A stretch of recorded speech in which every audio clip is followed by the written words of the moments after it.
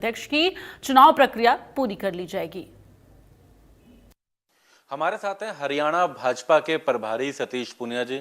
Sir, वक्फ संशोधन विधेयक लेकर के चर्चाएं पूरी रही, जेपीसी कमेटी ने तमाम चर्चाओं के बाद इसको लेकर आई, लेकिन जैसे ही ये संसद में पहुंचता है तो हंगामा शुरू हो जाता है। विपक्ष कह रहा है कि जिनके हित में बनाने की बात की गई है उन्हीं के खिलाफ है। उनका सीधा कहना है कि मुसलमानों पर निशाना है ये, इसको लेकर हंगामा अब हो रहा है। मुझे नहीं लगता, क्योंकि ये देश हिंदू मुसलमान और हर कौम से मिलकर बना है, इसलिए जो कानून और नीतियां बनती हैं वो किसी एक जाति, पंथ और मजहब के हित और अहित के हिसाब से नहीं बनती, पूरे समग्रता के हिसाब से बनती हैं।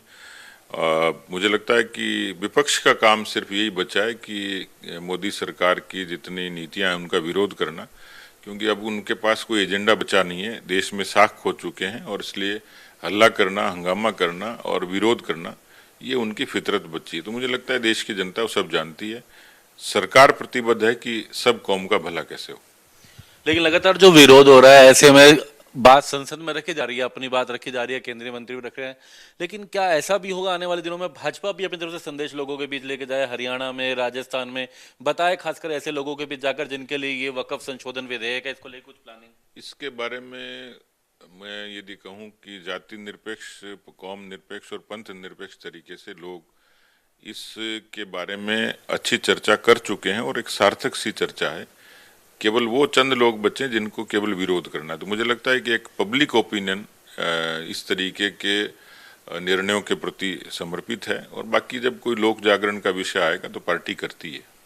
एक चर्चा जरूर ये भी रहेगी, हम संगठन को लेकर बात करेंगे। हरियाणा में प्रशिक्षण शिविर की शुरुआत एक बार फिर से हो रही है, 2 दिवसीय। हालांकि इसके बाद स्थापना दिवस, तमाम कार्यक्रम भी है, लेकिन आज और कल जो इस मालका में कार्यक्रम है, इसके पीछे क्या उद्देश्य है, क्या कुछ मुद्दे हैं इसके अंदर? अभी नीचे की ग्रास रूट की नई यूनिट तैयार हुई है, मंडल अध्यक्ष हैं, उसके बाद जिला अध्यक्ष, नई टीम है। उन नई टीम को नई चुनौतियों के साथ हम लोग शासन में हैं और दोहरे शासन में हैं, तो अपने सरकार की नीतियों कैसे पहुंचाएं, राजनीतिक चुनौतियां क्या हैं, और पार्टी का सामान्य कार्यकर्ता जमीन से जुड़कर किस तरीके से उन चुनौतियों का सामना करके एक अच्छा संगठन खड़ा करे। हरियाणा में संगठन उन्नत होने की दिशा में है, तो वो कुल मिलाकर 2 दिन में वैचारिक और संगठनात्मक मुद्दे रहेंगे जिस पर चर्चा होगी। इसके अलावा एक और संगठनात्मक प्रश्न जरूर पूछना चाहेंगे। प्रदेश अध्यक्ष को लेकर चर्चाएं बहुत ज्यादा हैं, क्योंकि जिला अध्यक्षों की होगी बात, अब प्रदेश अध्यक्ष, उसके बाद राष्ट्रीय अध्यक्ष का भी होना है हालांकि, लेकिन उससे पहले तमाम राज्यों के प्रदेश अध्यक्षों का। इसको लेकर क्या उम्मीद की जाए, कब तक ये हो सकता है, और क्या कुछ आप क्या सब लगा रहे हैं तैयारी? तो एक निश्चित कैलेंडर है जो मुझे लगता है कि पार्टी का जो केंद्रीय चुनाव आयोग बना हुआ है वो इसका निर्णय करता है, और 50% से ज़्यादा जब जिलों में या जिलों से आगे प्रदेशों में चुनाव होते हैं तो राष्ट्रीय स्तर का चुनाव होता है।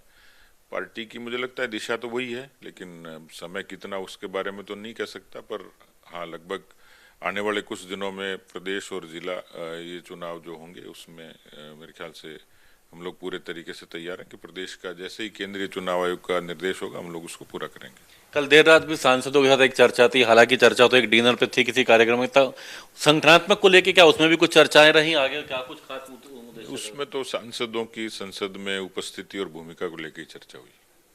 चलिए, तो वक्फ बोर्ड, लेकिन इनका कहना है कि ये विशेष तमाम लोगों के हित को लेकर के है, तमाम मुद्दों को लेकर रखा गया है। जेपीसी कमेटी ने तमाम लोगों से चर्चा करी है, लेकिन उनका कहना है कि विपक्ष लगातार लोगों के सामने एक भ्रामक प्रचार कर रहा है। हालांकि इसको लेकर के उनका कहना है कि तमाम मुद्दे साथ में रखे गए हैं, हालांकि तमाम संगठन को लेकर के, बैठकों को लेकर भी अपनी बात रखते नजर आए। दिल्ली से सहयोगी इंदर के साथ दीपक शर्मा, इंडिया न्यूज।